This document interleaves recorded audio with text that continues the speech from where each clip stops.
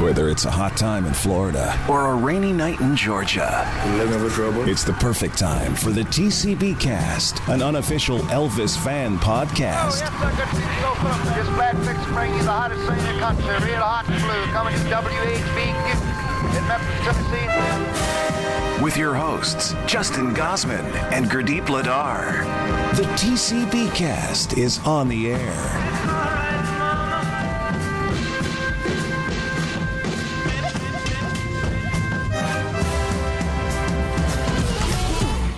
Welcome to TCBcast, an unofficial Elvis Presley fan podcast. I'm Justin Gosman. And I'm Gurdip Ladar.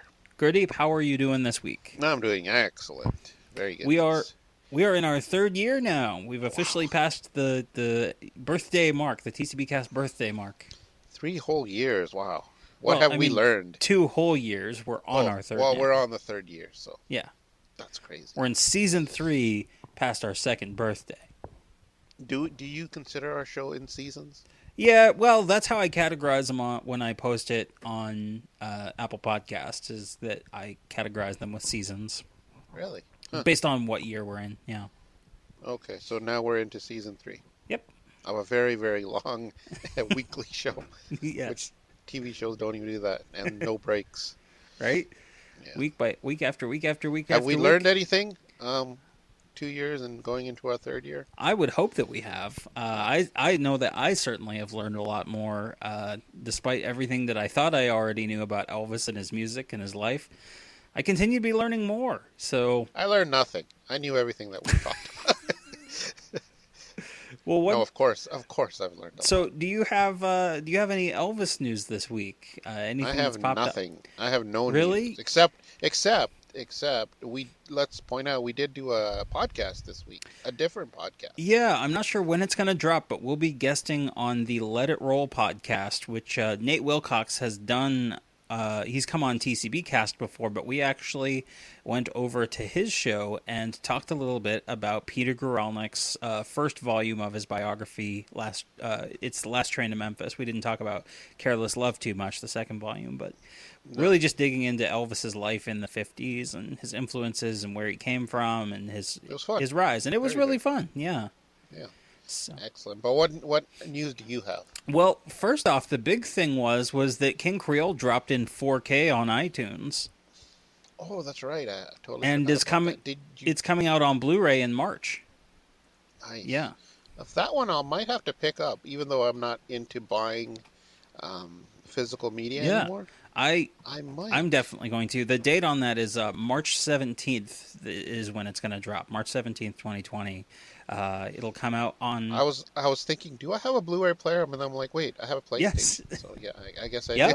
Yep. Now, I was going to ask you, do I have a Blu-ray player? You'll want to make sure, because PS4 actually doesn't play ultra high def 4K Blu-rays, which is kind of insane, considering that Sony basically created the Blu-ray. But apparently, for some reason, so you'll want to make sure you get the regular Blu-ray if you're planning on playing it on your PlayStation. But I am really looking forward to that. Oh, it's coming out on 4K and Blu-ray. It's coming out, 4K, the ultra high def Blu-ray.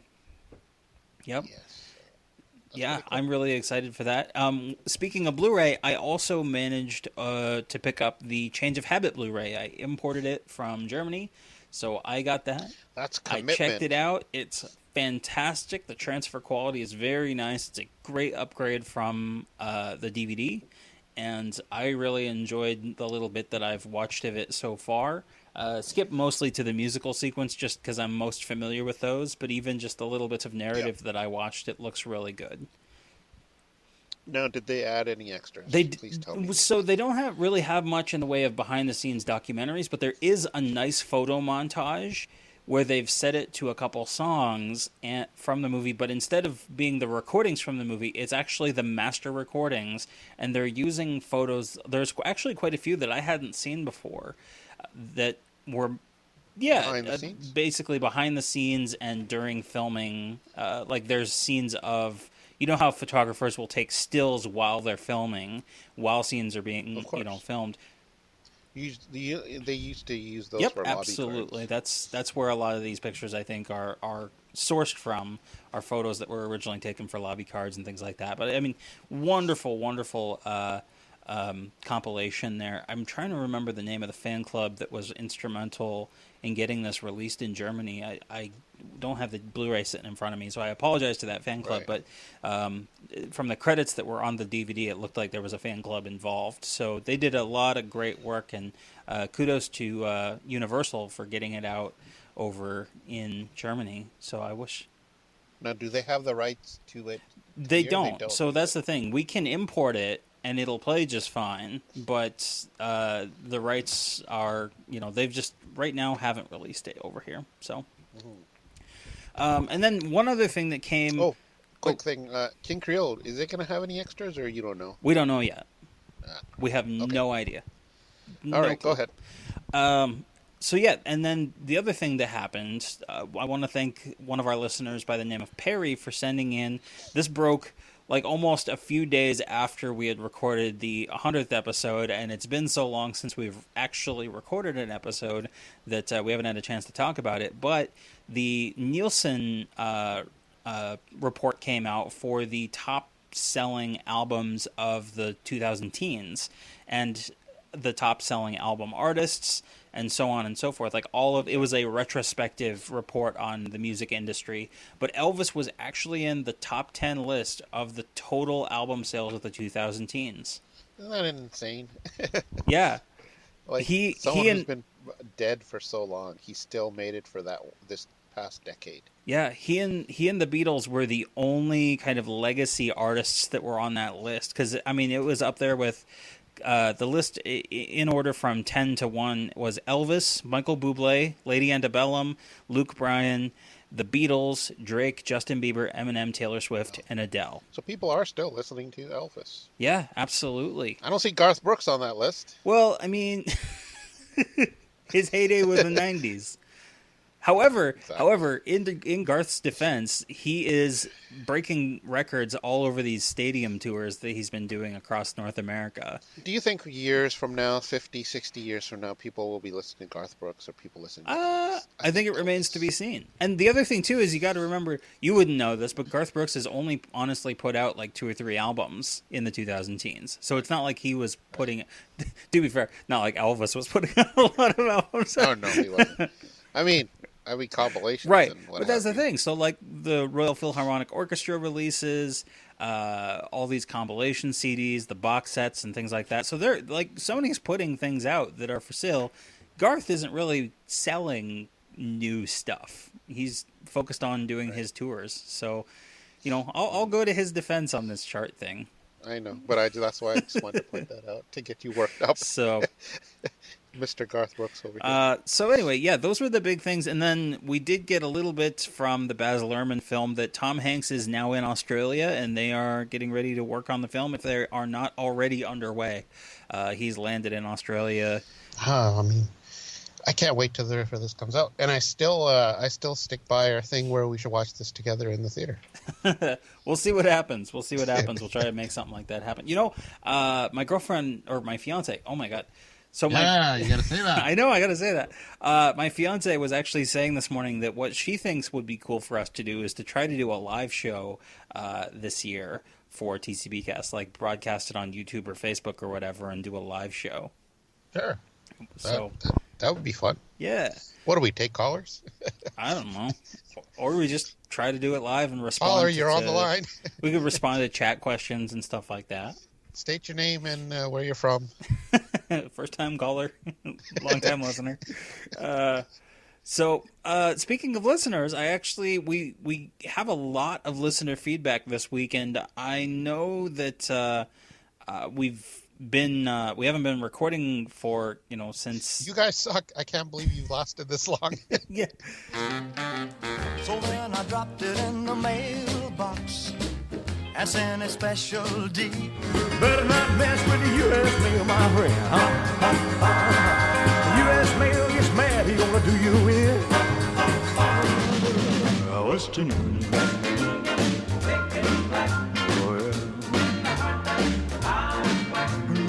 Send my loving baby back to me.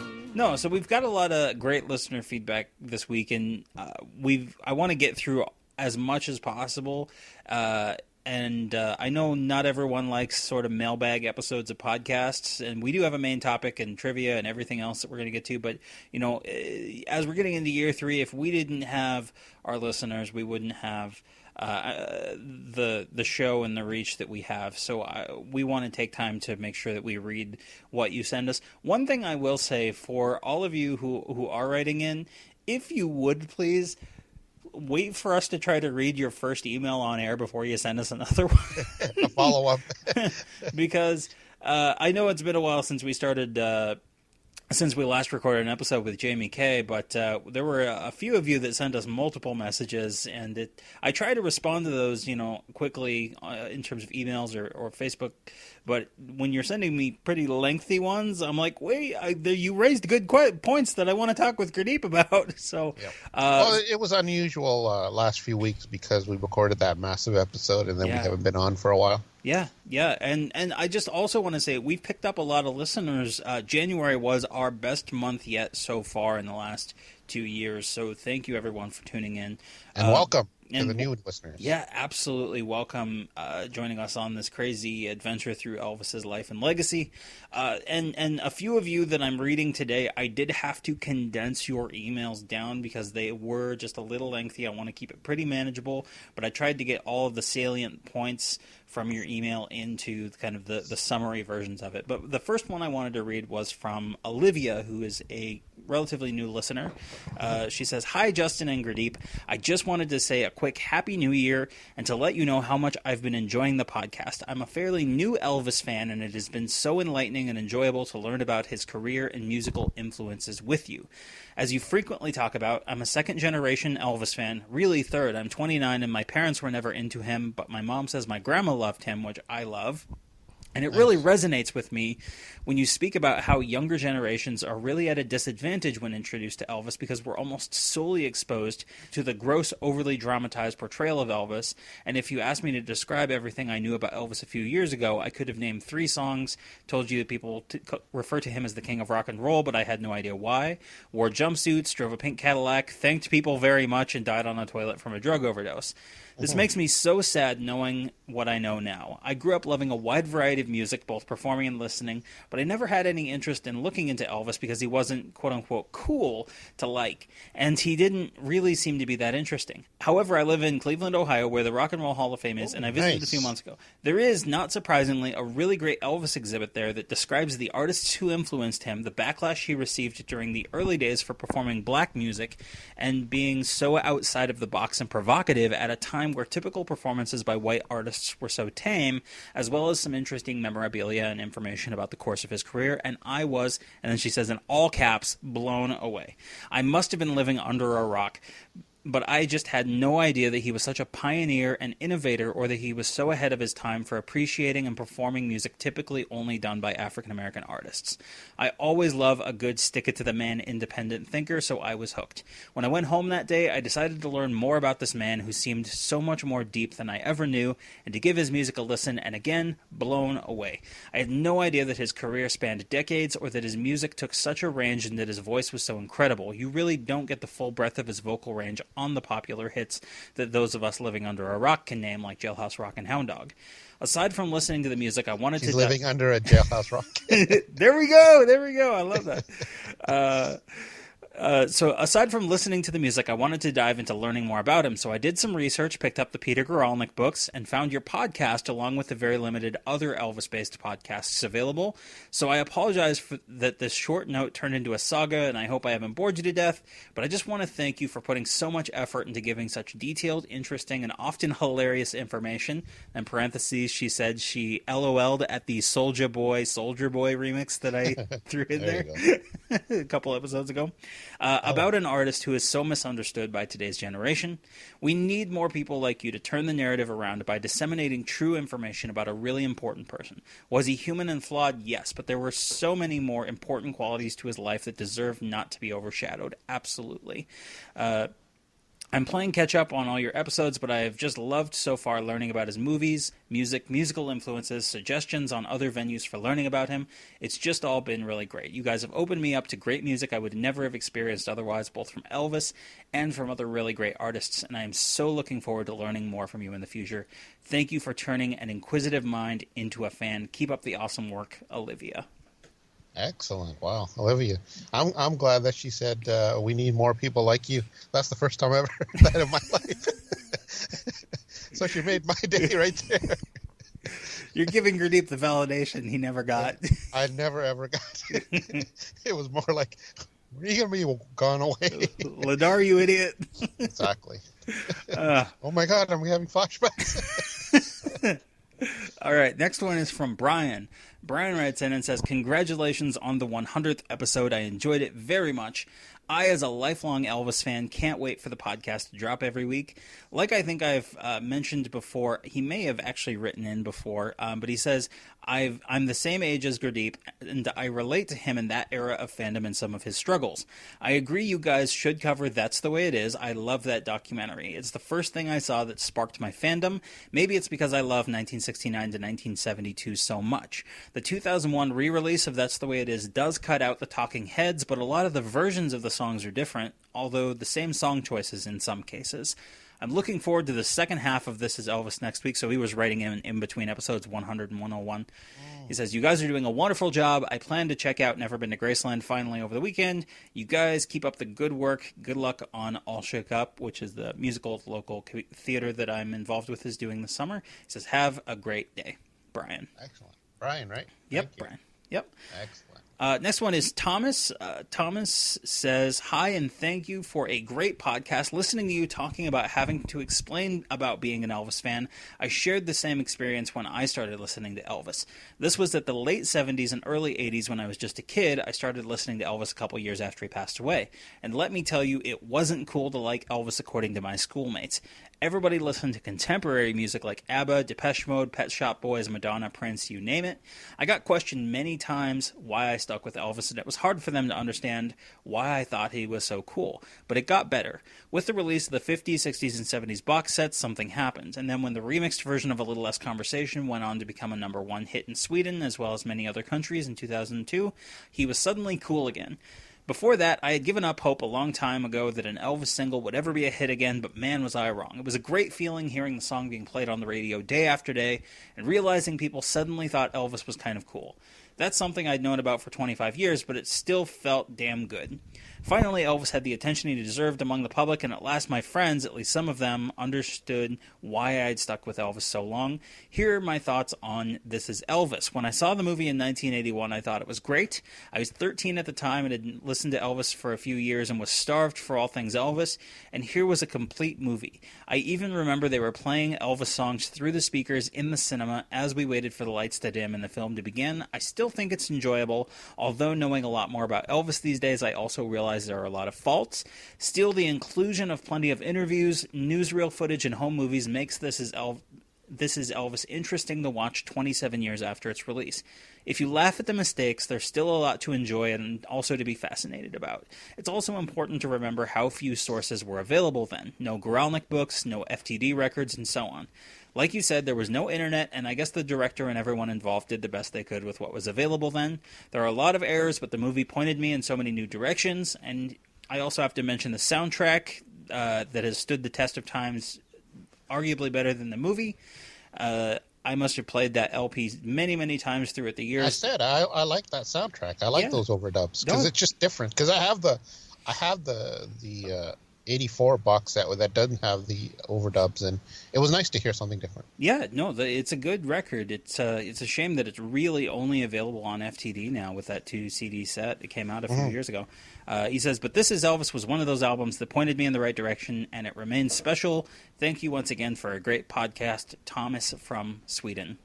Excellent. Thomas, that was very good. Yep, and Thomas apparently used to write an Elvis blog called, the domain was elvistodayblog.com, so he mentioned that he did that. So, you know what's weird? Brought up a memory. He said buying those box sets in the 90s. Did I ever tell you when that first one came out, The King of Rock and Roll, I think in 92?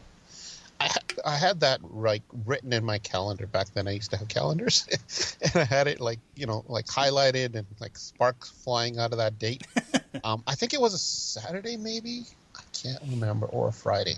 Anyway, I was gonna go to the local A&B Sound, which was our local record store here, or it wasn't really a record store. It was like an audio, video / movies and CD store. Yeah. And I was gonna go to that day. But my mom was like, "Oh, we got to go to relatives' house." I'm like, "Can we not do that today?" And if you know Indian parents, they're like, "No, you're gonna go, and we're all gonna have fun," which meant sitting there on a couch and just listening to them talk about the old days, which is so much fun. And so we had to go, and they're like, "Oh," my brother was like, "Don't worry, we'll just go to A&B Sound on the way back." So obviously, they took a while. They had to have lunch, and it was probably close to 2 by the time we got to A&B Sound. And it was crazy because they had balloons with Elvis on it, and they had like Elvis music playing. It was like a whole thing that they did, and I was like, please tell me they have that set. And everywhere I looked, they didn't have the set. So I go up to the front counter. I'm like, do you have any more of those box sets available? They're like, oh, we sold out pretty much all of them as soon as we opened. I was like, what? And as soon as I was about to curse, and he's like, well, I saved one for myself, but if you really want it, you can get it. I'm like, oh, thank you. So I finally got my hands on it, but I was going to flip out if I would have made somebody drive me to various locations to find it. But I totally forgot that they did make it into like an event at the local store. Yeah, it was a big deal. It was. Next email is from Duke. Duke says, "Hi guys, been a fan of the show for about 6 months now. It was nice to find this podcast as none of my friends are fans of Elvis. I'm 29 years old and I've loved Elvis ever since I can remember. I want to thank you for reminding me of This Is Elvis. I pulled it out and have to say I didn't enjoy it as much. The narration turned me off right away. I did, however, enjoy listening to the soundtrack. It contains most of my top 10 Elvis songs, and the drum overdubs on the TV appearances, hey, we were just talking about this, help the listening experience of those tracks. The reason I had to message is that the Rapid City version of Unchained Melody is a favorite of mine. I grew up with the great performances on VHS as a kid. The power of his voice on that song is astounding given the state of mind and health at the time. I also loved hearing that rockabilly version of the song, which was Gene Vincent, right, Gurdip? Gene Vincent. That you had me pull in? Unchained Melody? Yeah. And we kind of both agreed it's not really rockabilly, is it? Yeah. Although he is a predominantly rockabilly singer. Yeah. But he says, kudos on that choice for Song of the Week. Look forward to you guys every week, and congratulations on 100 episodes. Excellent. Thanks. So, Duke. That's great to hear, Duke. Dave is next. Dave says, first of all, bravo. I've never found an Elvis podcast that I like or listen to more than 7 minutes. You guys are not all positive with rainbows and lollipops. Elvis was a man who made mistakes, made dissensions, had moods, and also he didn't make every song, to my opinion, his best. I already passed you along to my cousin. We grew up in a time that Elvis was not cool, and happy to see the pendulum swinging away from the 74 to 77 representation of him. This is crazy. I'm sorry, I gotta interrupt. Everyone seems to have this thing where, I listened to Elvis, but Elvis wasn't cool. Oh, no one was listening to him. Am I like the anomaly here? I think you are. It's so weird. I thought it was like, it wasn't a big deal about listening to Elvis. It honestly could even be a difference between the United States and Canada. Really? Like people here feel much more strongly about Elvis, in terms of his cultural impact, and especially that argument, of him, appropriating black music. That's something that really came to prominence here in the United States as opposed to elsewhere. So that definitely reflects, very it's strongly. Just so bizarre. Like, I remember I went with some friends of mine, and in this group was also like what you would consider the most popular girls in school. This was like grade 10. Mm-hmm. And they wanted to go somewhere, grab something. I'm like, oh, let me just hit the record store. I want to grab some Elvis CDs or whatever. And it was like zero reaction. They're like, yeah, that's cool. But as opposed to all you guys who are listening, and Justin here is like, that would be like the most horrific thing you could do, and you wouldn't say anything about listening to Elvis or be mocked for it. Right. That's just okay. I guess I'm a strange anomaly and odd person out here. But Gurdip, you're the stranger in the crowd. I am. Stranger in your own hometown. But there needs to be more people like me, apparently. So I'm happy with that. Right. Dave continues and says, do you have any information on the original premise for the Guitar Man album? I had heard Jerry Reed in interviews and George Klein talk about on Sirius XM that artists including Jerry Reed actually sang duets with Elvis. Jerry said he recorded it, but, quote, they, referring to lawyers or RCA, never released the damn thing, end quote. George made a mention of a number of artists that did that with Felton, I think, for that 1981-82 Guitar Man album. George Klein said he had heard those songs, but what do you know about this? Anything? So I actually do have an answer to that, and we haven't talked a whole lot about this on the show. Yeah, but, a little. Well, a little bit, but when last year there was an Elvis fan who actually apparently was a friend of Felton Jarvis's, and Felton had in his private collection some of these tapes. Well, somehow tapes ended, a copy of the tape, a digital copy of these tapes from the Guitar Man era, ended up in the possession of this fan, and he released them online. And there is actually the version with Jerry Reed duetting with Elvis on Guitar Man. There's one with, I believe it's, oh God, who was it? Was it Larry Gatlin, I think, and the Gatlin brothers were on one of them. And then there's also a duet with Tony Joe White that was recorded that came out from... That was released as well? Yeah. And we actually do need to... We originally planned on covering the Guitar Man album in our first year. Yeah, within like the first few months of our show, and then we just kind of never did. So we actually need to do that. Now there's a lot more information that's come out with all these different... I think at the time Felton had even planned maybe doing 2 volumes of the Guitar Man album. Were we going to do the FTD or the original? We were going to do Too Much Monkey Business, the FTD version, which is a little more expanded, but it might be worth just doing the whole session, album, everything.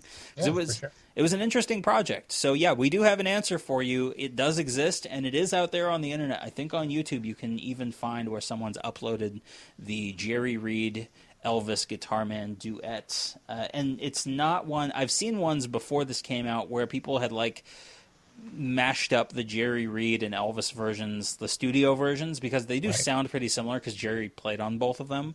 But this is actually... Jerry's vocal is vastly different on the Guitar Man version than it is on his studio version. A little 4-piece band was jamming, so I took my guitar and I set in. I showed them what a band would sound like with a swinging little guitar band. Show them, son. All right, brother. How you like it so far? Oh, I think I hurt myself.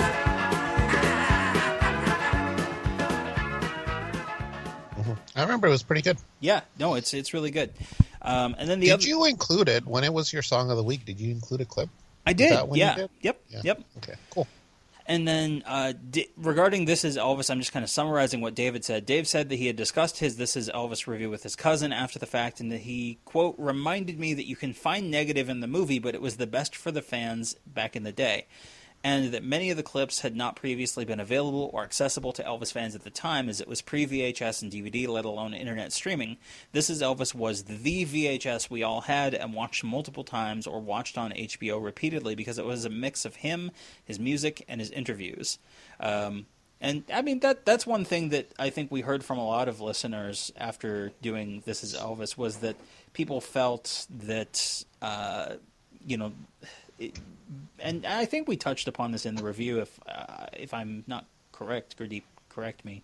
But I think we talked about that it was important for fans at the time because there wasn't a lot of resources, and it was an important thing.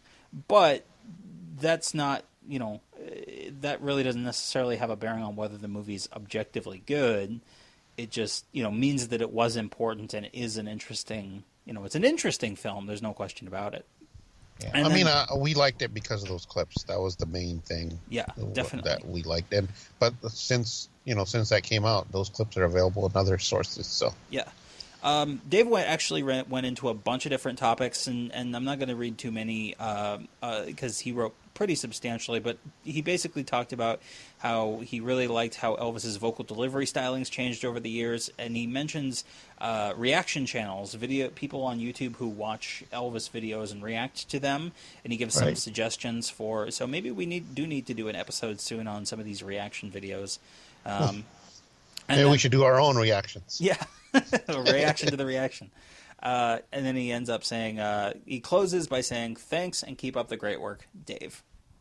Excellent. Thanks, Dave. Yep. And then our last email, listener email, comes from Paul, and this one I actually wanted to include because it almost rolls right into the main topic of the show. I know we got to do trivia, but we'll just kind of pretend that we rolled from this email into the main topic. But Paul says, "Hi guys, I'm a new listener to the show, and I've really been enjoying listening to your take on different subjects on or around the King. I've been a massive Elvis fan since I was 7, and I'm now 53. When my aunt gave me a Camden LP, Elvis sings hits from his movies plus 2 recent hits." So, Gurdip, as you know, Elvis sings hits from his movies plus 2 recent hits was Burning Love, and It's a Matter of Time, which will play into our main topic. But anyway, he says his aunt gave him that album for Christmas, and it started from there. He asks, could you do an episode on the Aloha from Hawaii event? In my opinion, it's Elvis's crowning glory. Yeah, definitely. At some point, we'll be getting around to doing an episode on Aloha. Maybe we should just spite Paul and not do it. Yeah. Don't you like how I just like to torture listeners for no reason at all? Now, what we'll do, we'll wait for the 50th anniversary, which means he's got to wait 4 years for us to do it. He says, I come from a very close family, and when my grandmother passed away, she left me enough money and a wish that I would use it to visit Graceland with my family, as over the years she had always given me records and other Elvis-related gifts for birthdays and Christmases, and this is back in the 90s when she passed. But then my wife had other ideas with what was going to happen with that money, so before long, all of it was gone. Oh, no. But he says he did purchase an Elvis signature from a record collector's shop in West London, and after haggling with the owner, who he got to know through visiting the place on a regular basis, he built his Elvis collection. The signature came with 2 letters of authenticity and hung over his jukebox for many years until he sold the signature and put it towards his dream holiday to visit Graceland in February 2018. So finally my grandmother got her wish. Myself and my partner of the last 3 years had a trip of a lifetime. Nice. We had 10 days filled with Elvis-related sightseeing trips in Memphis. The hairs on my neck literally stood up when I finally got to open Graceland's front door myself and stand in the hallway at Graceland, looking through to the music room. What a thrill. Amazing memories of the whole holiday. If you've made it this far and you're still awake, thanks for sticking with it. I know it's cheesy, but it meant a lot to me that she got to have her wish finally.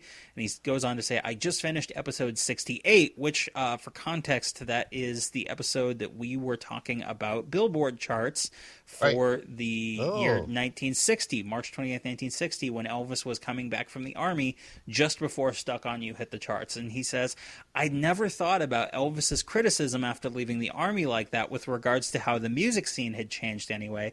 This is what I like about you guys. There's a different perspective other than your own, meaning his, and what a book or documentary might have to say. All the best, Paul from the UK. Nice, Paul. Wow, that's great. I'm glad he was able to finally get to Graceland. You're allowed to open the doors, or they pick one person to open the door? Is that how it works? Apparently, yeah. Is it like the Disney store where you get to open the store? Yeah. You get a special key or whatever? I don't know.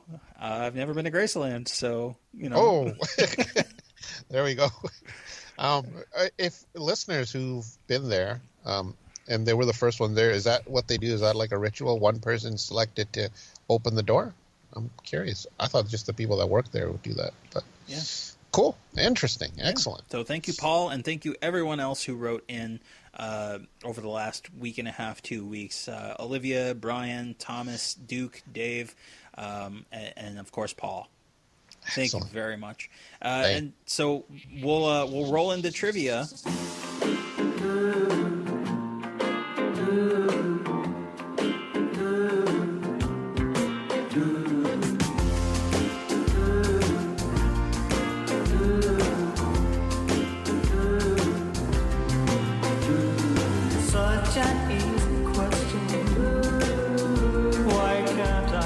get an answer. Let's do it. All right. It's been a while. I'm ready. All right, let's go. Number 1. Now, I don't think I made these too tough, but it might be. We'll see. Okay, so when Elvis met the Beatles in the 60s, they had a specific song. Mohair there Sam. was a... Who is the coolest guy? That is what I am. Fast talking, slow walking, good looking, Mohair Sam. Oh, look at this. By... Charlie Rich. Excellent. You didn't even let me get me the finish the question here. Who is the coolest guy that is what I am? Fast talking, slow walking, something. Good looking Good-looking Mohair Sam. Yeah. Love that song. Yes. A very good song. Were you aware of the song before you heard that story? I was actually. I think I had heard it on either oldies or country radio. One of the two. It was on a compilation ad. Yeah. Is it a country song, though? I don't think it is. Kind of. Charlie Rich is more of a country artist, though.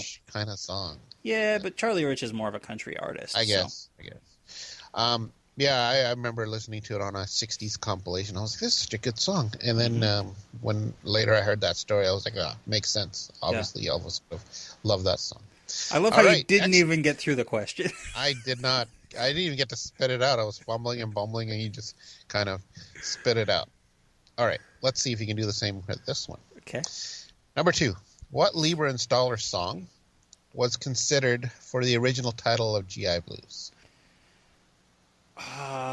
Tulsa's something or the other. Was it Tulsa's Blues or Tulsa's... That was a song considered, but that wasn't the title. It wasn't? Oh. Well, I guess I got that wrong. Dogface.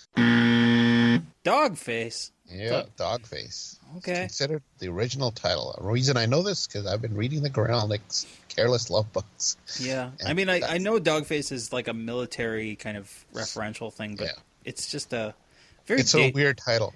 Yeah. Dogface. I like GI Blues better. Sure. I mean, I wish he wouldn't have done a GI type movie coming right out of the army. It would have been, that's a little too on the nose, but what are you going to do? Yeah. Number 3, in 1962, what song kept Return to Sender from reaching number 1? Ooh. It did reach number 1 in the UK. You want a hint? Sure. It was by the Four Seasons. Four Seasons. Okay, so Frankie Valli and the Four Seasons gotta walk through their hits.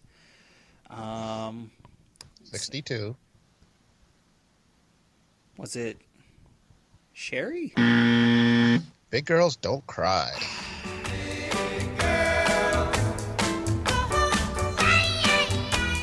They don't cry.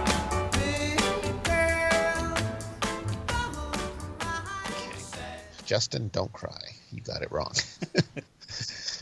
All right. Number 4. What studio song did Ronnie Tutt first play drums on for Elvis? Studio song. Yeah. Ooh. That's an interesting question. Let's see, because Ronnie wasn't at the Nashville stuff in 70. He played live for him early. Yeah. But it wasn't until later that he actually joined Elvis in the studio. That would have been 71? 72? Well, we know he played drums for him on Burning Love. Yeah. He kind of... Obviously, that's not the answer, or I would have given it to you. Right. Ronnie Tutt.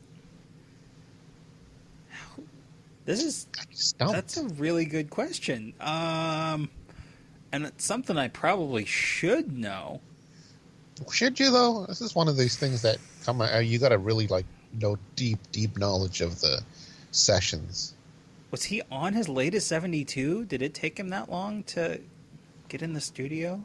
Work your way through. You're doing it. You're doing good, champ. It's got to be either Always on My Mind or Separate Ways. One of the two. I'm going to say Always on My Mind.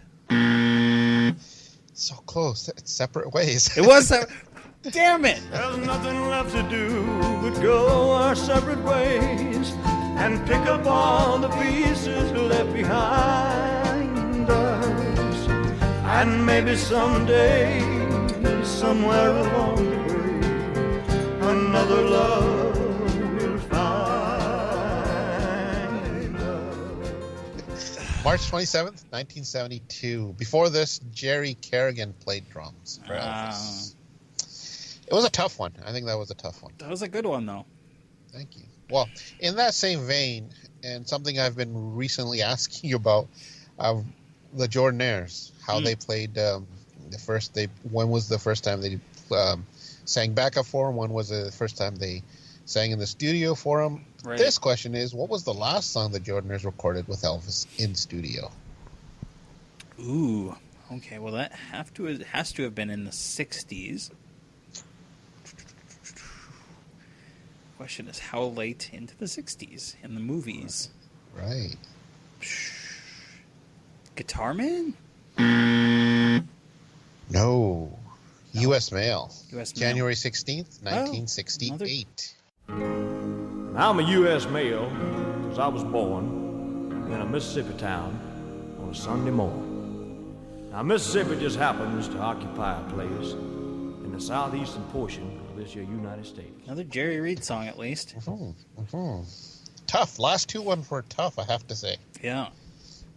How'd you do? Oh, you only got one. I got one, yeah. Man, I came you started close. off strong. I came close. You started off strong I with know. Mohair Sam. You didn't let me get it spit out, but then you kind of just died. I died on the spent line. all of it on the first question. Yeah. Oh well, these were tough, I have to say. Okay, and I got close on a few. You were close. I was in the ballpark, at least. Yeah, always on my mind, separate ways. I mean, those are I always think of those as he recorded those right after that, and he did apparently. So speaking of 1972, that's our topic for the week. We're talking about the week that Burning Love peaked at number 2 and was held from the number 1 spot. This was his biggest Another Billboard episode. His biggest mainstream 70s hit and his last top 10 Hot 100 hits. Exactly. It's weird that he didn't hit the charts in the top 10 after this. But I guess, stuff he was singing, I guess it wasn't, people weren't into it and it wasn't very popular. Well, and he was shifting towards country music, so he was charting higher on the country charts. He should not have shifted to country music. Well, do we want to get into that discussion? Because... I mean, I'm right. Elvis... History has proven me right. Elvis should have been singing the music that he wanted to sing, and he wanted to shift towards country music, and there's nothing wrong with that. Why, though? Why? Because the songs resonated with him more than... Why didn't he shift toward blues, R&B? He had elements of those in, that he was recording, but he predominantly. Yeah.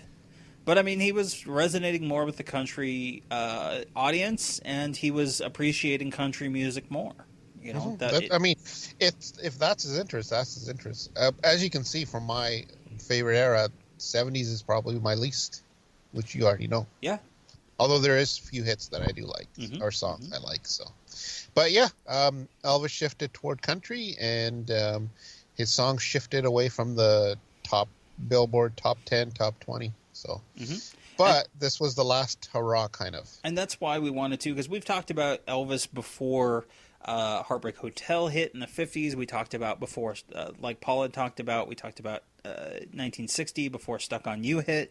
Now we're talking about what was the last, and trying to give a context for where Elvis was leaving popular music when he shifted away genre-wise from the mainstream. What was popular. And what was popular at the time around Burning Love. Because I think it's going to be interesting for folks, and that's the one thing that I like that Paul mentioned in his email. One thing I was thinking about and why I wanted to read his last was that we talk a lot about, and you get a lot of shorthand from authors and bloggers and people in Elvis forums who talk about where Elvis fit within a cultural context, but they don't actually talk about what the specifics of that context were. Like, you can say that Elvis was coming out in the early 60s and doing pop stuff, but you don't really understand until you hear that visceral feeling of listening to that easy listening pop. And same here in the 70s, you can hear an audible change in the way that music has shifted. Even, honestly, Burning Love doesn't quite fit into this chart. It's very different than what else was popular at the time in many ways. It's true. So, but let's... I mean, if you ask me, it's the best song out of this top 10 chart. Really? I think so. I mean, I'm kind of biased. I might have one that goes, I think higher. Is stronger. But we'll get there. So what week is this? What week is this? October 28th, 1972, the Billboard Hot 100 Top 10. Where were you at this point? I was not even born yet. Where were your parents? My parents were kids at this point. So, seriously? Yeah. My dad was born in the mid 60s, and my mom was born in the late 60s. So, oh wow, yeah, they were kids. Crazy. Yeah. Wow, would be in, my dad would be in Canada. My mom would still be in India at this point. Yeah. Crazy.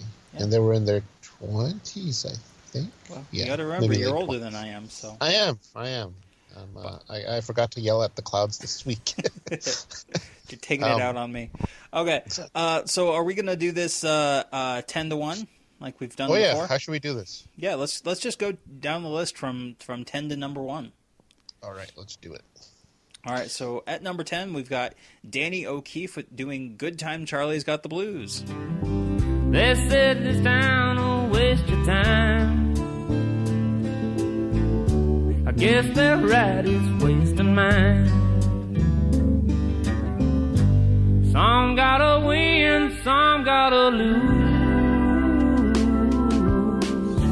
Good time Charlie's got the blues.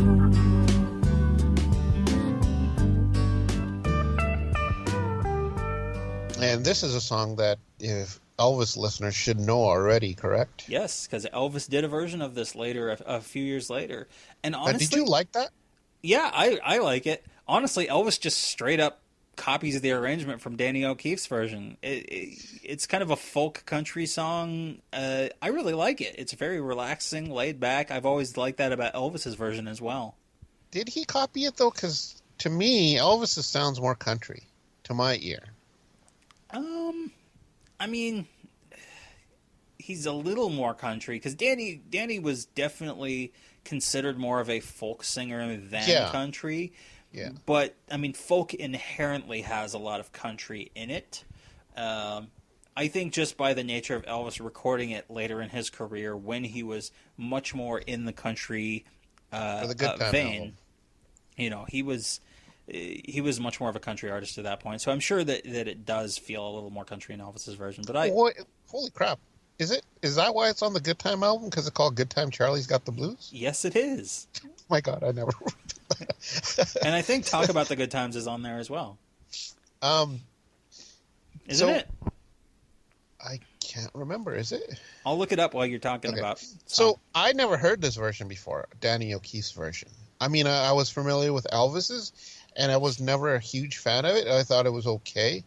But I kind of like this. O'Keefe's vocals are nice, pretty calming. It just it's very serene. Like I can totally listen to this because I'm not adverse to folk music because I do like it.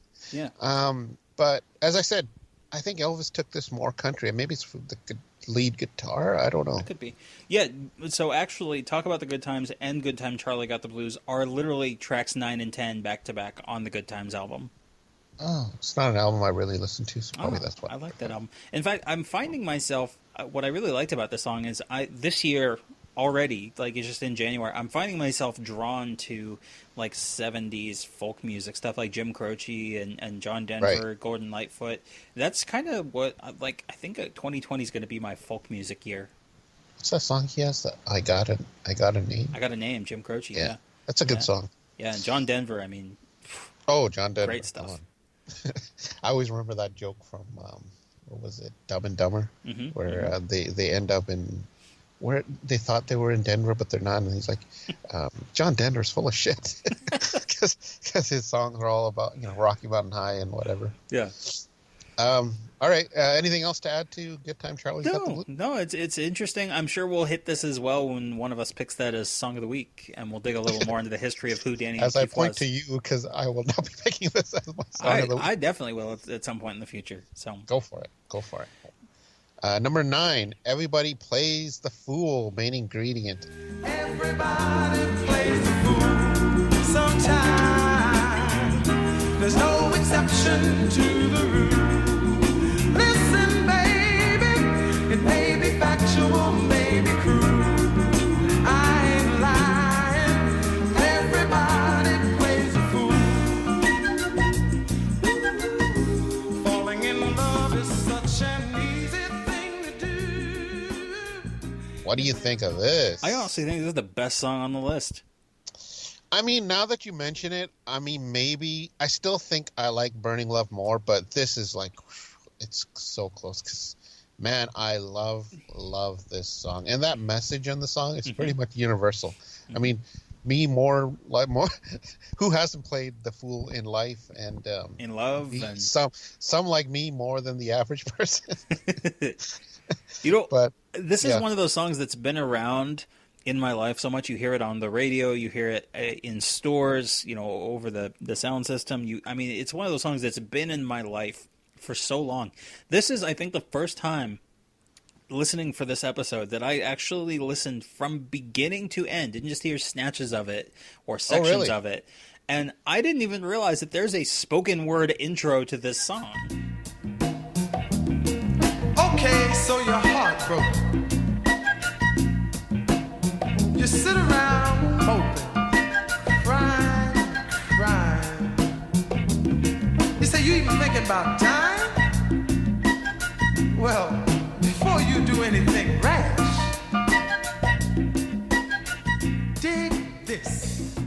And I really love it's not just the strength of the soul arrangement and the chorus, because the chorus is really what makes or breaks the song, but the whole package is just so good.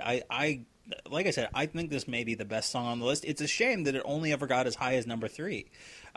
Because one thing about this, a lot of the songs on this list, a lot of them were held back by a couple other songs on the list, particularly the number 1 just blew everyone else out of the water for several weeks. I remember I picked up my kids from gymnastics and parkour, and when they wanted McDonald's, and I had this song on. And when we got up to pay, the girl was like, "Oh, I love this song," and she was like a 17-year-old. That was timeless. It's great. And the group main ingredient included Cuba Gooding Sr., whose son went on to be a popular actor. Yep. It's a tidbit. And this was also in the last year's Joker film. Was it? It was in its soundtrack. I haven't it was in seen the film Joker too. yet. Yeah. Oh, you got to watch it. It's really good. Really, really, really good. So, that's all I've got on Everybody Plays the Fool. So, just the music. It's so good. Yeah. It's such a good song.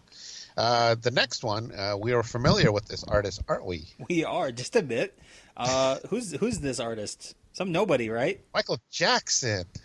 Who's he? Ben, number 8. In the two of us need look no more. We both found what we were looking for. With a friend to call my own, I'll never be alone. And you, my friend, will see you got a friend in me. This is an interesting song. Yeah, recorded when he was 13, released when he was 14. So he's actually a year younger than when it was released. Because it was set to tie in with a movie that came out. I mean, I like this song, but it's a song that was for a sequel to a killer rap movie called Willard. Yeah. Willard was like it's about a social outcast who befriends rats and then uses them to extract revenge on people who did him wrong. And in Willard, Ben is one of the bigger rats in the film that survives. So then the sequel that they made is called Ben, and somehow they got Michael Jackson to sing the title song of the film, and it's really good. Yeah, it's way better than it should have been, considering that it was just this weird sequel film And I love how pure Michael's vocal is on this recording. I mean, he's still young. He's still got that high tenor, from the Jackson 5 era of performing. And this is a song that I've known for a long, long, long time, since I was a kid. And I remember watching the movie. I've always liked how sweet that. I haven't seen the film. What? Yeah. Holy. The first one, Willard, Elsa Lancaster is in it.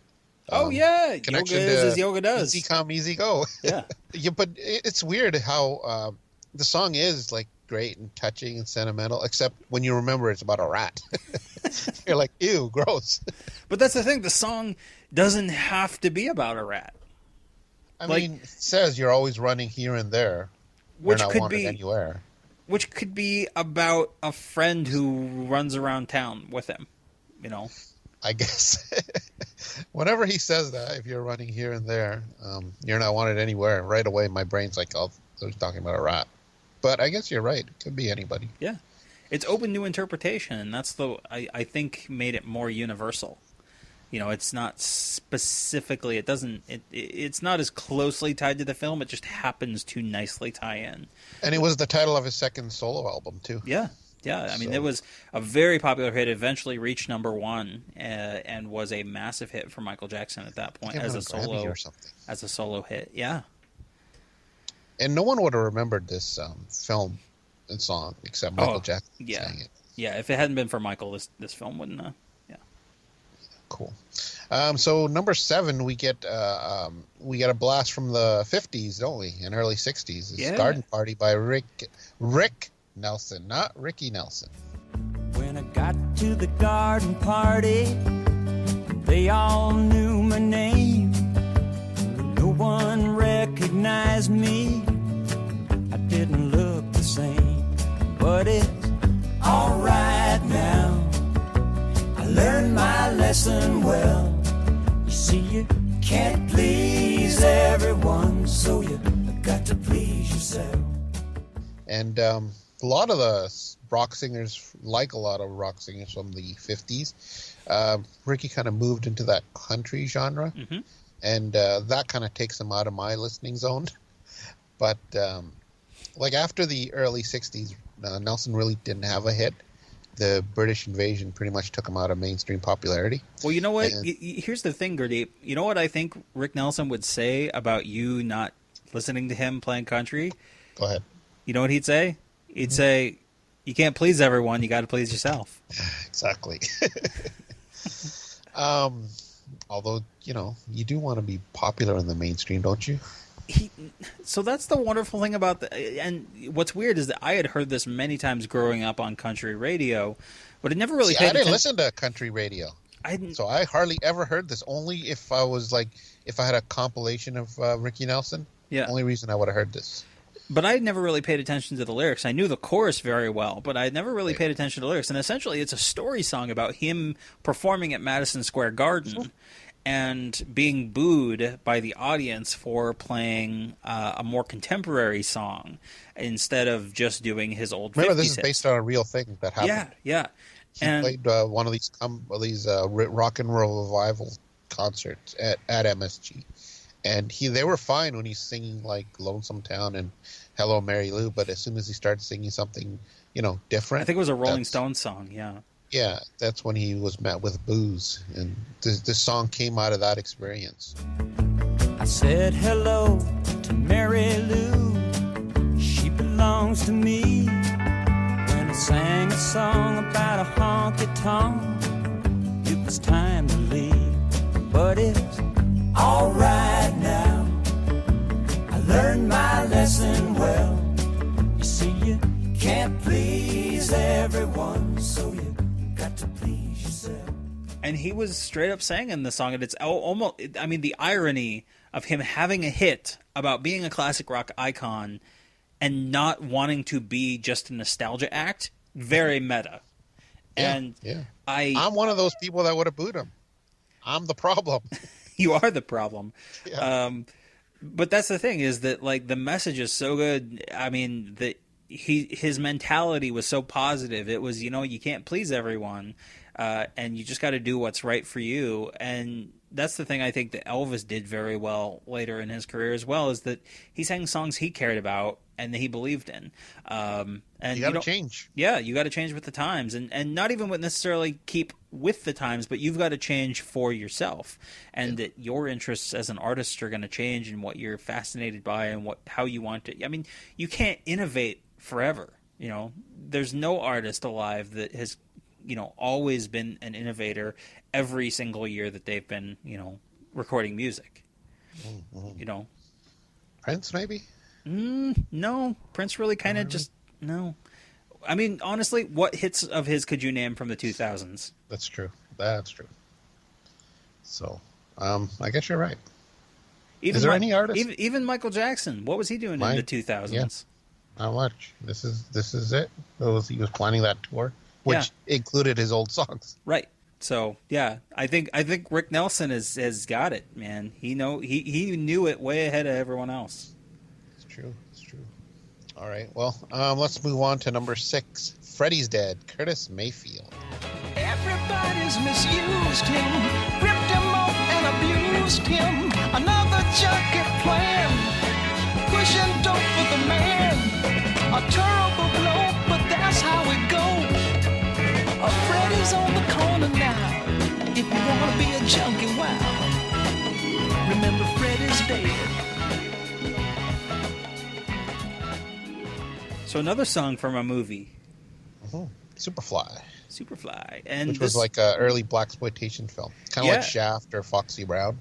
Yeah, so unlike Ben, this one very explicitly ties into the story of the movie. Oh, yeah. Because the main story is about like a pimp or drug dealer trying to get clean. Mm-hmm. And the Freddy in in question in the title is a character called Fat Freddy. Mm-hmm. And he ends up getting killed when he tries to escape from police custody. Yeah. Did you ever see this film? No, I haven't. And now that I'm familiar with it, I'd heard the song, I think, a few times before, but I didn't really know what it was connected to or that it was connected to anything. But now I kind of want to go watch it. And apparently Curtis Mayfield did the score for the film, so I imagine that's pretty excellent as well. Yeah. I think I saw this once, long time ago. I got to revisit it because that's the same as you. I listening to the song kind of piqued my interest in watching the film. Yeah. The main thing about this song, it uses the clavinet, which was like it was like an electronic amplified keyboard. A lot of funk songs and Stevie Wonder used it quite a bit, so you can prominently hear it throughout this song, and I think it sounds great. Yeah, no, it's good. I like it. Yeah, cool. So let's move on. But so here's the interesting thing already. We're halfway through this list, and we've had a folk/country song, we've had a soul song, we've had a ballad, we've had a country rock song, and we've had this sort of funk pop type song with Curtis Mayfield. Like, this chart is all over the place. There's no one specific sound that's reigning at this point. And the next song is also, like, I mean, the closest, I think, you could make an argument that soul is still kind of the prevailing genre. Yeah. Because the next song is reggae and also a little bit of soul, but also has a little bit of influence from the Beatles as well. Johnny Nash's I Can See Clearly Now. This is a great song. Oh, so, again, I think it's Burning Love and this and... Everybody Plays a Fool. These are my favorites out of this list. Yeah. Oh man, what a voice! What a song! I love this song. Yeah. And that reggae influence is most likely because Nash was working with Bob Marley. Mm-hmm. He worked with him in Jamaica in '68, mm-hmm. and Nash has been around since the '50s, but he never really had a breakout hit till the late '60s. His early stuff is very crooner-esque.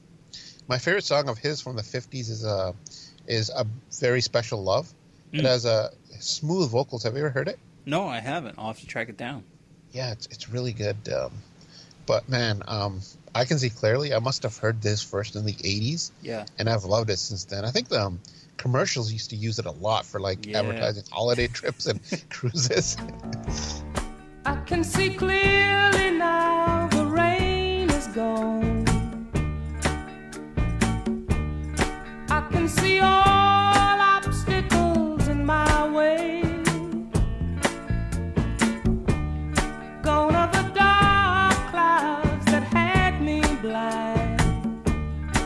gonna be a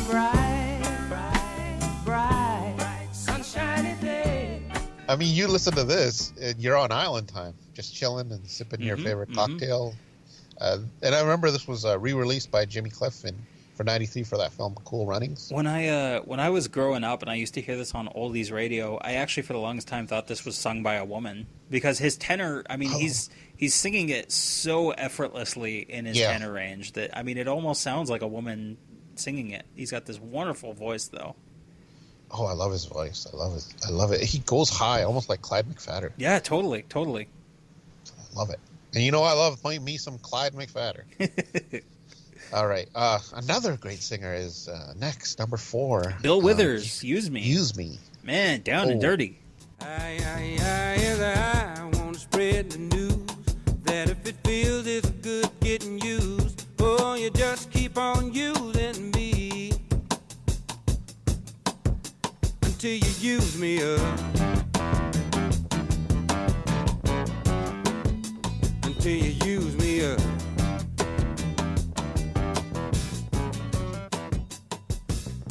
My brother. When you say Bill Withers, I think of Lean on Me, Ain't No Sunshine. Of course, just the two of us. This has shades of Ain't No Sunshine. Yeah. I wasn't as familiar with this song, but I have heard it. But it is very catchy, especially that bass line and those drums, and again with the clavinet. It's a sexy song. This guy's talking about getting off on being used by a woman. Her treating him poorly, and his friends complaining about how she uses him. I mean, this is sexy stuff for 1972. I know. We had to pull the shades down when we listened to this. But Withers' voice, man, is it smooth and soulful? Like, it's just, I mean, is there much more to say? He's such a great vocal artist. Yeah, and again, like, the closest thing we have to a consistent genre here is sort of a soul influence across this, which is very different from what was on number 3. And this one did eventually, Use Me got as high as number 2. So a lot of these songs, I mean, the fact that these songs were, even when we were young growing up, were hanging around, even when I was young, I was still hearing Ben, and I was still hearing Garden Party, and I mean, these are very timeless songs. Music could really come into a Garden Party if you were listening to country radio stations. Right. But yeah, if you were listening to mainstream, then maybe not. You might have heard the odd "I Can See Clearly Now." This is So this is the thing to me, is that this is a post-Beatles world where music has kind of popular music has kind of come into its own and has matured to a level where the songs, in terms of structure, play just as well in 2020 as they did, in the mid 60s and into the 70s and 80s. There's less of a difference in how the songs, are structured, and they can be just as popular today as they were then. They're not as dated. That's true. Can you think of a dated song on this list? Well, maybe the next one. Nights in White Satin. Nights in White Satin, Moody Blues.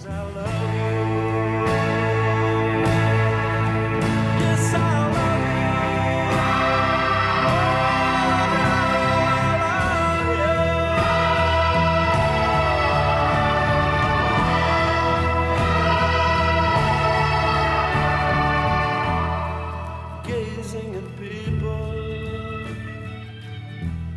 some hand in hand. How familiar were you with this song? Not very. I didn't really care for this. Really? Yeah. I mean, it's okay, but Moody Blues were an English rock band that formed in '64, and I think I probably heard this song one or two times before. I don't really remember it. The title sounded familiar, but the odd thing about the song is, when I listened to it, I was like, "It's okay," kind of like you, but I don't know. It just didn't sound very special to me. But if you listen to it over and over again, you kind of get it. You're like, I think that's why it was popular. It gets catchy every time you listen to it. Yeah, and I especially mean, Justin Hayward's lead vocals. It is sort of hypnotic in nature, and it's sort of got this almost early progressive rock psychedelic style to it. Yeah, the chorus gets really catchy. The flute is also like that. It just, I don't know. The background vocals add a lot. It's not bad in the single iteration that I was listening to. Apparently, there's a 7.5 minute album version with like a recitation. 10 minutes almost. There's like an extended opening and a poem at the end. And I mean, there's kind of a fine line between like a consumable and digestible expression of artistry and just straight up pretentiousness. That I think maybe some of these early artists, like the Moody Blues, in terms of this type of rock. Would you say American Pie is the same or no? No, I don't think so. I think American Pie is more of a story song that helps it. I think that makes it more acceptable without being too self-indulgent. Yeah. Whereas this one, on the other hand, is just kind of, you're talking about the album version. Yeah, the album version. I think this is a song that works great as like background music in a record store. Right.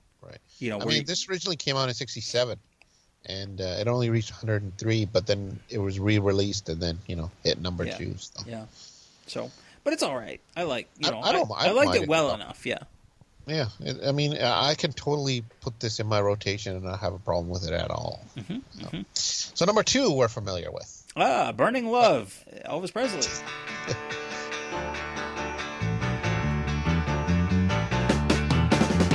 Lord Almighty, I feel my temperature rising. Higher, higher, it's burning through to my soul. Girl, you gonna set me on fire. My brain is flaming. I don't know which way to go. So this was your song of the week. It had been, yes. Excellent 70s rocker. Man, Probably the last time Elvis really rocked out on a track, do you think? Don't say Trouble. Promised Land. Yeah, I guess you could say Promised Land. Go back and listen to the outtakes of Promised Land. Elvis is rocking out hardcore on that song. Yeah, maybe you're right. Maybe I'd give you Promised Land. What about Trouble? I think it's a little more rockin'. I don't think it's nearly as frenetic as Promised Land. Right. I mean, I probably heard this first time that purchase of 50 Years, 50 Hits, and then on the Elvis Medley album. That's probably my first intro to this, but I was like, wow, this is excellent. Ronnie Tutt on drums. I love him on drums on this song. Yeah. And that was my note. The 2 notes that I had, Ronnie Tutt's killing it on the drums, and the cowbell is amazing. And this is one of those songs you never get really tired of listening. It's one of those greatest songs of all time. Although, for some reason, I guess Elvis didn't want to record it. Well, I mean, he had to be urged. Yeah, he was not really in a good place emotionally at this point because the breakup with Priscilla was really getting underway at this point. I mean, that's where you ended up with stuff like Always on My Mind and Separate Ways, like we talked about around the same time. And he was much more, and stuff like Fool. That whole Fool album is almost all these very sad ballads. Let me ask you this. So he was pushed to record this by multiple people, Felton, a lot of Lamar, a lot of people that were there. Do you think if he was pushed to record other songs like this, he could have had more hits in the 70s? I think so, yeah. It just depended on the song, yeah. Why didn't he? I don't understand. He could have, knocked it out of the park with songs like these. I mean, Elvis had kind of gotten bored of the whole studio recording thing. Because that's the thing that we've talked about before, is that ultimately it kind of comes down to there's nothing that at any point in the 60s or 70s stops Elvis from saying, hey, I want to go into the studio to cut material that I want to record. The only thing that stops him from doing that is Elvis. Yeah. So that's on him, ultimately, is what it comes down to. Because people can blame Colonel Parker, they can blame Felton Jarvis, they can blame Freddie Beanstalk, they can blame the movies, they can blame everyone up and down the line. But at the end of the day, if an artist really wants to record, they'll carve out time in their schedule to do it. Mm-hmm. And also what types of songs they record. Right. And the types of songs he wanted to record, as we said, they weren't like mainstream popularity. They didn't have mainstream popularity, but it's stuff that he wanted to record. Yeah. So. And to be fair, it wasn't just country and it wasn't just ballads. I mean, he was doing folk stuff, and he was doing, as we saw with the Stax sessions, you saw some elements of funk, and you saw, all these other genres. He was trying to be more of the great American entertainer as opposed to just being rock and roll. Right.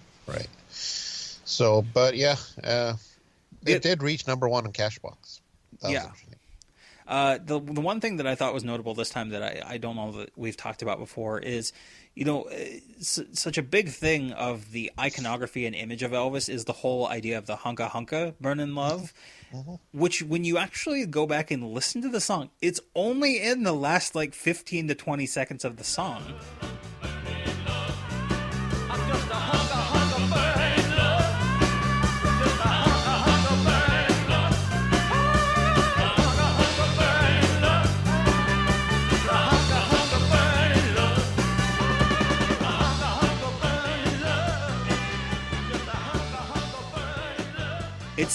It's only in the fade out, and that goes to show how impactful that moment was. Well, we also have that big hunk of love as well from the 50s.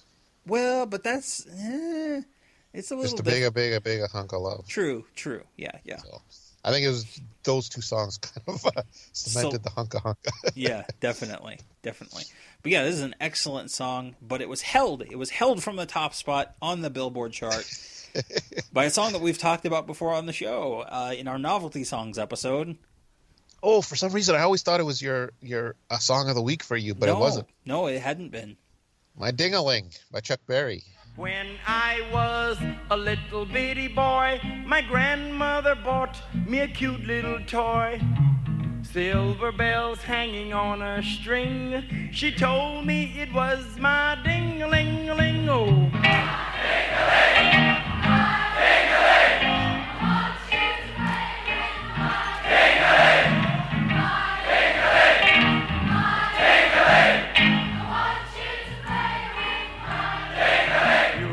Beautiful. Which is great. It's fun. It is. It's there's a few versions out there of him doing this, but I think the most popular is that live one from the Lancaster Arts Festival in '72. And the single version. Sorry, the single version is a cut down version. There is a version that you can find that's 11 minutes long. It's the full version. They edited the parts of him talking in that. Yeah. And it's on the London Chuck Berry sessions. It sounds like there's kids behind him. Yeah. But is it? I guess I don't know. It was a mix of crowd, I guess. I always like this song. It's funny, and if I have this in the car, my wife's always like, "This is so wrong," while the kids are singing in unison in the back. The original by Dave Bartholomew, who wrote One Night, and it was originally done by Smiley Lewis. I thought the original was pretty raunchy as well. Mm-hmm. Definitely. Maybe more so, almost. Well, totally. And that's the thing about Chuck, is that he made it to this much more playful innuendo. Yeah. He was much more tongue-in-cheek about it than even the original was. The original's pretty outright. Yeah, it's pretty straightforward about, it's still a wink and a nod that that's what they're talking about, but Chuck really, and that's the thing you hear on the extended version that you don't hear on the single, is that you hear him really engaging with the audience and being the consummate showman that he was, and being very charismatic. And you hear bits of that on the edited single version, where you hear him poking fun at the two girls who are singing in harmony, and he says, "Oh, there's one guy over there singing my," because the joke, the thing was that the girls would all say my, and then the guys would all say ding-a-ling. But he's very reassuring, "Oh, it's a free country, do whatever you want, we're accepting, And then he's like, "Those who will not sing must be playing with their own." Yeah, I mean he's having so much fun, and the audience is having so much fun that you can see why, even though it's sort of a novelty record, it definitely could resonate with an audience very well. And is it weird that it's a novelty song that is Chuck's only number one hit? Yeah. Considering all his famous songs. Yeah. I mean, but you have to remember that his biggest hits were at a point where the industry was much more biased against black artists. Mm-hmm. So That's true. Elvis, my ding-a-ling. Everybody sing. I want to play with my ding. Everybody my. Oh my. Slow down. I wanna play everybody with my ding-a-ling.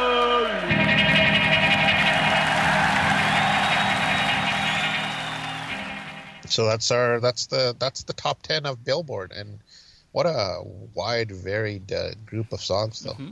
Yeah, it was definitely music was changing at this point. I was actually digging into what like kind of the big news items were around that time, and there was kind of a wave that was going to be coming soon of a different style of music. This was sort of a transitionary period for popular music, because very soon you were going to start getting stuff like Elton John and Queen and more of those what you traditionally think of as 70s rock artists. Disco was not there yet.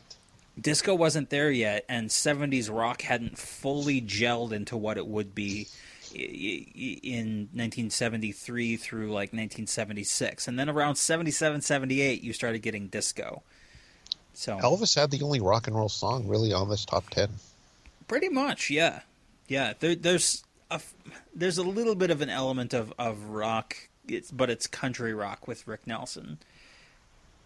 Yeah, I guess, but yeah. I mean, Garden Party certainly feels like a much older song structurally. Yeah. Like a more back to basics kind of rock.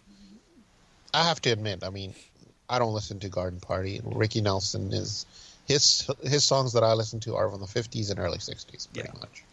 So that's our main topic. It's definitely an interesting point in Elvis's career, and like I said, a transitionary period in popular music, and Elvis would never really hit the charts again until the 2000s. Exactly. A little less conversation. I just want to ask the listeners, this is a recurring topic that we're going to have. Do they have a specific year or week they'd like us to cover during Elvis's, 3 decades of releasing music? Or even if Elvis wasn't on the charts, or if he was, does anybody have something they'd like us to cover? Just write in. Yeah, absolutely. TCBcast@gmail.com. Cool. And did we want to just quickly mention the other idea that we had for some topics that we might be doing in the near future? Sure, go for it. So we're actually talking about doing a series of episodes that are Elvis's genre material, and really honing in on some of the influences and recordings that Elvis had, where we wouldn't necessarily be able to dive into the whole life story or music or discography of any one given artist, but to talk about Elvis's country influences and his, like Elvis in country and the broad spectrum of country that he did in his life, or also Elvis in doo-wop and digging into his doo-wop influences and doing,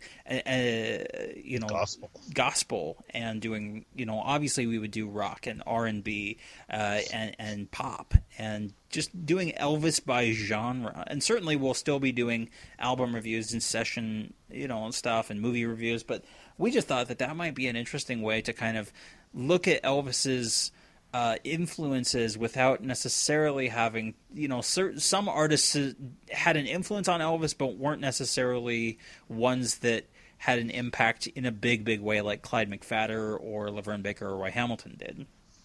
So that might be a way of digging into Elvis's different genres and showing the breadth of his capabilities as a performer. So, yeah, for sure. Yeah. So should we dig into Song of the Week? I think we shall. Now, ladies and gentlemen, Elvis Presley. Well, since my baby left me, well, the memories are linger in my heart. Ooh, I feel my temperature rising. He wrote upon it. Return to sender.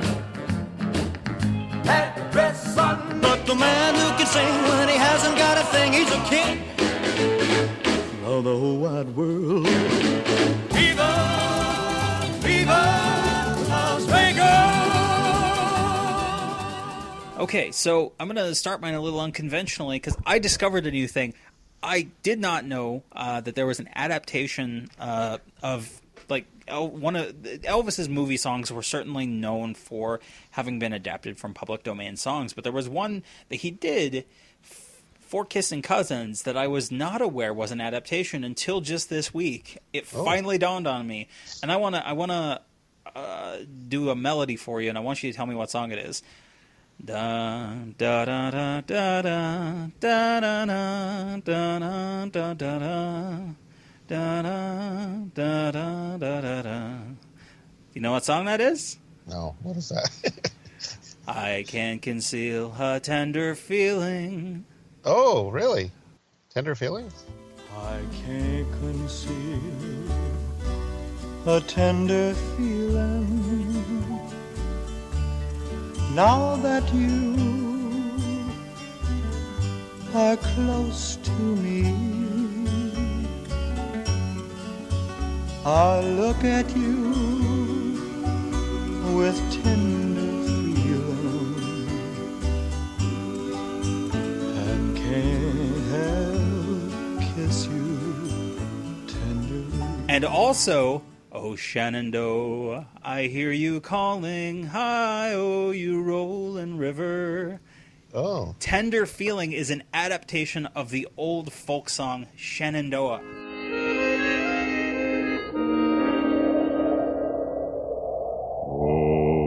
Shenandoah, I hear you calling, hi-oh, you rolling river. Oh, Shenandoah, I long to hear you, hi-oh. I'm bound away across the wide Missouri. How old is this song? It dates back to the early to mid 19th century. It was believed to have been first sung by fur traders traveling down the Missouri in canoes. It sort of the original lyrics sort of tell a story of the Oneida First Nations chief Shenandoah, and the song is about a trader who is in love with his daughter and is longing to get back to her and being with her. And so it's a love story. And so it was first taken up, like I said, kind of by people that were traveling on the Mississippi River, or not the Mississippi, the Missouri River, and then was later taken up by actual ship crews as a sea shanty, and the lyrics slightly shifted. And then as we moved into the 20th century, the lyrics shifted again to be much more generic and less of a story song and more of just a generic longing, where it could be just as much about the river itself, the Missouri River itself, as opposed to a specific person. Yeah. And so it's documented as early as the mid-19th century. No one actually knows how old the melody itself is. It could have been adapted from an earlier song, and no one really knows who composed it. But the first recording of Shenandoah was John Goss and the Cathedral Male Voice Quartet in 1925. Oh, Shenandoah, I long to hear you. Away I'm bound to go, across the wide Missouri. Oh, Shenandoah, I love your daughter. Away, you rolling river.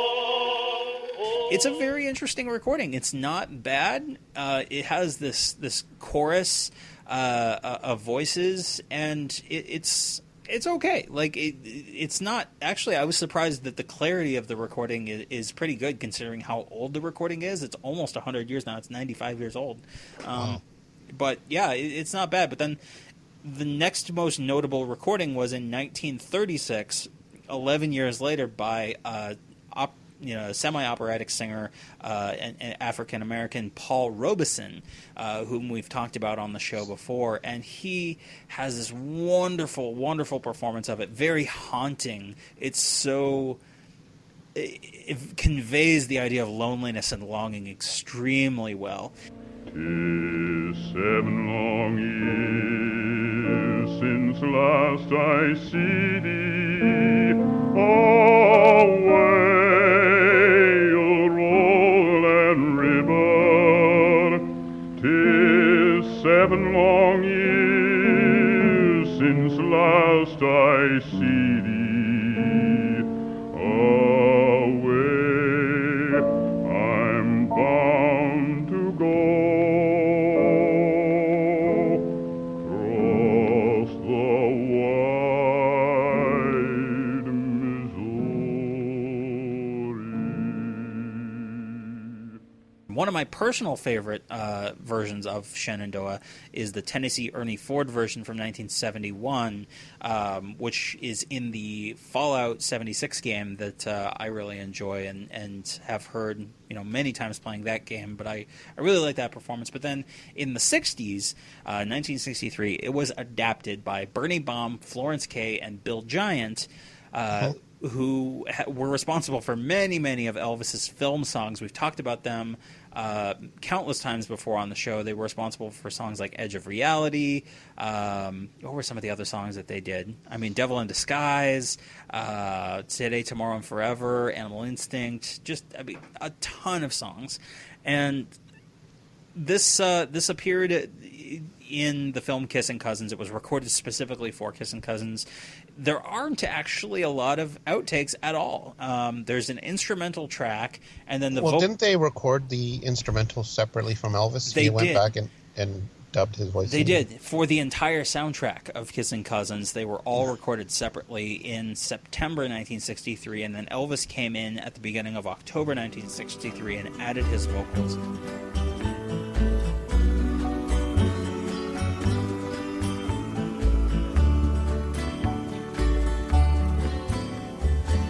Somehow I knew from the moment our lips first met,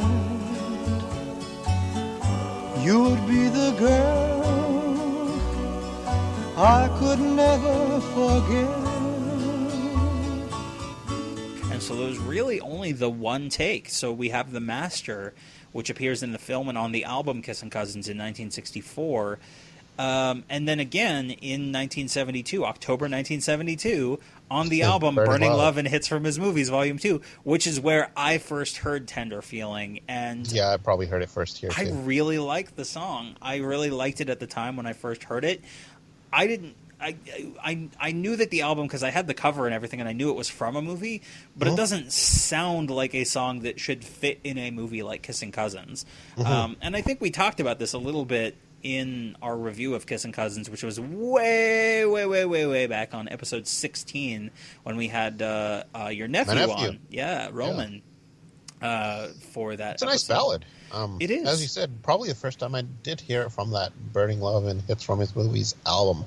And I probably didn't realize it was from a film. I don't know if it was on the liner notes or anything, but it doesn't sound like it fits into it. But it is a nice ballad. It's one of those gems from Kissin' Cousins that you wouldn't think.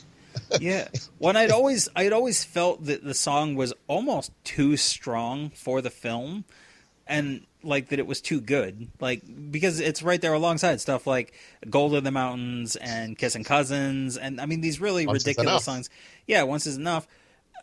And I was trying to figure out over the last week, like why, like I had actually been playing Fallout with my fiance, and I had the melody of Shenandoah in my head, and for some reason it just happened to click with me that Tender Feeling and Shenandoah had the same melody, and I was like, oh God, is that really what it is? And sure enough, it is an adaptation of Shenandoah. And so that's why the song sounds like it's way better than the movie, because It is. It's not for the movie. Like it's like "Can't Help Falling in Love" was adapted from a European melody, and it's like "It's Now or Never" was adapted, and "Wooden Heart" No More, and "No More," and all these other songs that have been adapted from public domain songs.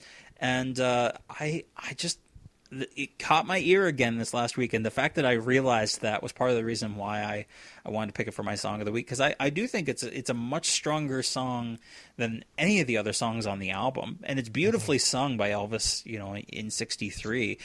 There are a lot of these movie ballads that, they're kind of a dime a dozen, but this one in particular, he gives a little bit more attention to, even though in the movie it's performed with him in that stupid wig. But I really like this song. And then one thing I looked up, there haven't been a lot of covers of Tender Feeling, but one artist that did cover Shenandoah in 1974 that Elvis worked closely with at times was Jerry Reed. Did a version of Shenandoah on A Good Woman's Love, his album A Good Woman's Love. And the thing about Jerry Reed doing this song is that you can kind of almost hear an Elvis influence in the way. I mean, he is showing off his singing chops. Like, we're more familiar with Jerry Reed doing those songs like Amos Moses and Guitar Man, these story songs, Tupelo, Mississippi Flash, songs where he's not singing in long phrases. He's doing short bursts. He's almost speaking or rapping the words. But this one, he has to straight up sing the song, and he has a really good voice. I was really pleasantly surprised with Jerry Reed's version of Shenandoah, and obviously melodically it's the same as Tender Feeling. And I really, really hope people go check out Jerry Reed's 1974 version of Shenandoah. Oh, Shenandoah, I'd love to see you.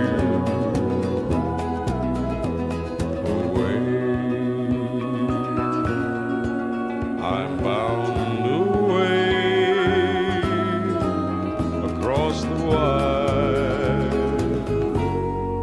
wide Missouri.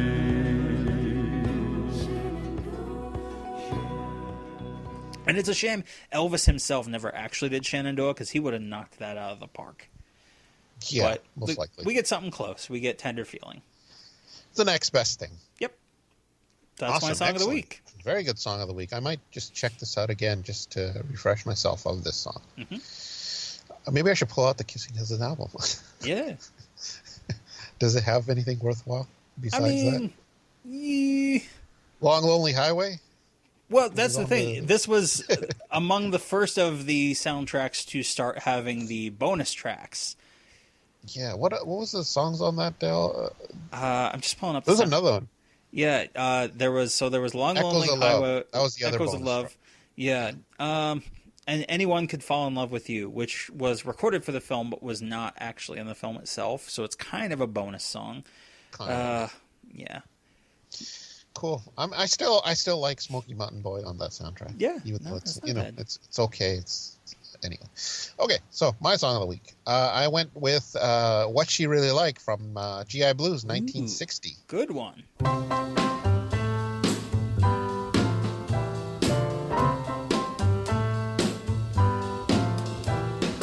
What she really like, the girl that you see me with. What she really like, the one I'm so dreamy with. Well, let me tell you, she's wonderful, she's marvelous, and she's mine. Talk about her lips are so thrilled. So written by Abner Silver and Sid Wayne, which I believe we brought these two up in the past when talking about Lover Doll. I did. Silver was an old school songwriter, writing stuff in the 1920s during the last days of vaudeville. Is it vaudeville or vaudeville? I've heard both. It's vaudeville. Is it? Mm-hmm. Who says vaudeville? I have no idea. You've never heard that expression before? No. Weird. I've heard that many times, and I always like, how do you say it? Is it vaudeville or vaudeville? Anyway, he was writing songs for Eddie Cantor, Rudy Valley, Frank Sinatra. And then on the flip side, he also wrote for Frankie Lyman, Johnny Mathison, Brenda Lee. And Sid Wayne, we've talked about many times in the past, especially collaborating with Ben Wiseman on things like Stay Away Joe, Spin Out, Flaming Star, Frankfurt Special. So I first heard this song, I believe, on the GI Blues soundtrack album, and to me, it was one of those standout tracks to me. It's like a 50s up-tempo, bouncy pop song, but with like a 60s vibe for it. Elvis' delivery is first rate, and he rides that beat perfectly. I love some of the wordplay, like that "talk about her lips are so thrillable, I can't describe her kiss in words on one syllable." It's almost like a fast-paced Dean Martin, Frank Sinatra style. Yeah, kind of, yeah. I know, yeah. I think a lot of people would dismiss this song, but I think it's great. Totally caught my attention the first time I heard it. How about you? Well, I first heard it on the GI Blues LP, which I inherited from my grandpa. It was among the first... Oh, that was one of the first ones. Two, between Elvis's Golden Records and GI Blues. Those were the two I got from him. And so, yeah, I was very familiar with this early in my fandom. I always really liked this song. And then I saw the movie and saw that it really got the short shrift, in the Big film. Time.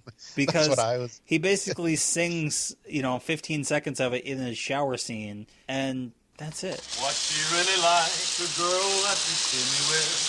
What she really like, the one I'm so dreamy with. Well, let me tell you, she's wonderful, she's marvelous, and she's mine.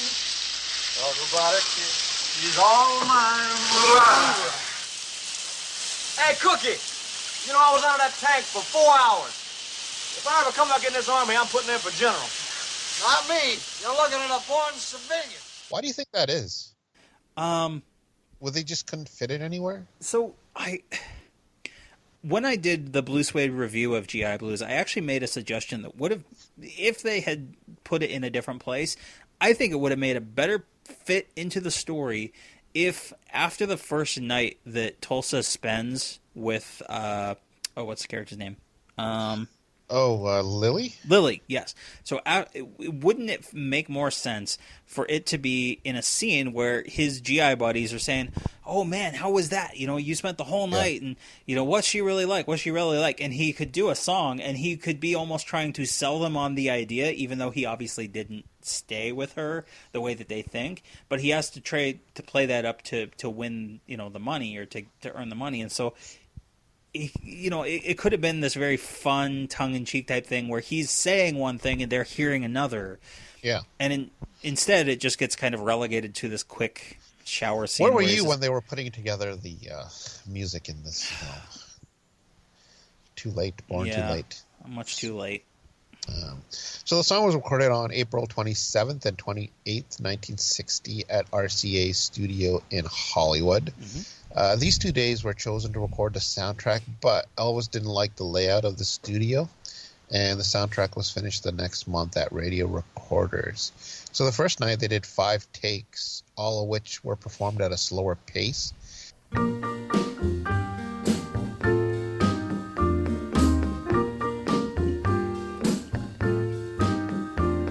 What she really like, the girl that you see me with. What she really like. Hold it. Hold it just a minute, Charlie. Hold it.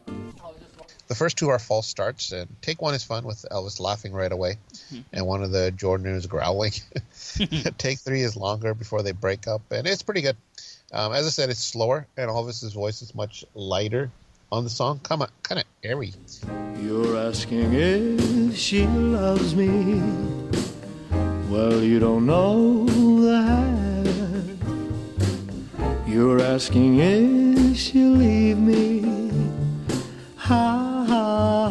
Don't make me laugh. I like this. I dig this version of the song as well.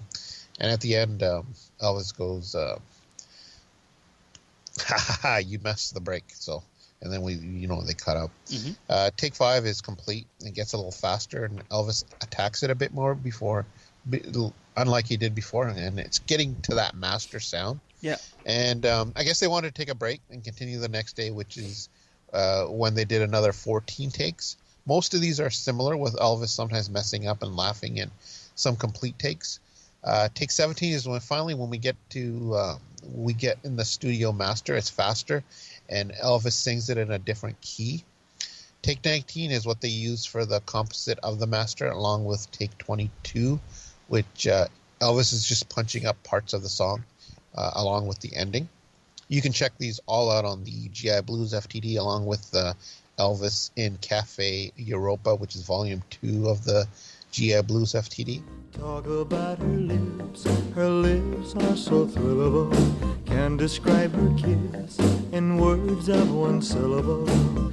She's even more than adorable, and what's moreable, she's all mine. You're asking if she loves me. Well, you don't know. Because they released the GI Blues FTD, then they released the Volume 2 with additional stuff. So the song came out on the GI Blues album on November 4th, 1960, and as you said, they didn't include it in the film very well. It's just a few bars while he's showering, kind of, and he recorded it. This was sung on the set during filming, so it's just him singing. It's not pre-recorded. Yep. And fortunately, no other significant covers of the song, but it's always stood out to me, and I wanted to highlight it today. Great pick. I like it. Thank you. Adorable, and she's mine. Marvelous, and she's mine. Wonderful, and she's mine. So, how can they listen to us? Hey, we're on Apple Podcasts, we're on Spotify, we're on a bunch of different platforms. Basically, anywhere you search, anywhere you listen to podcasts, just search for TCBcast. We'll probably come up.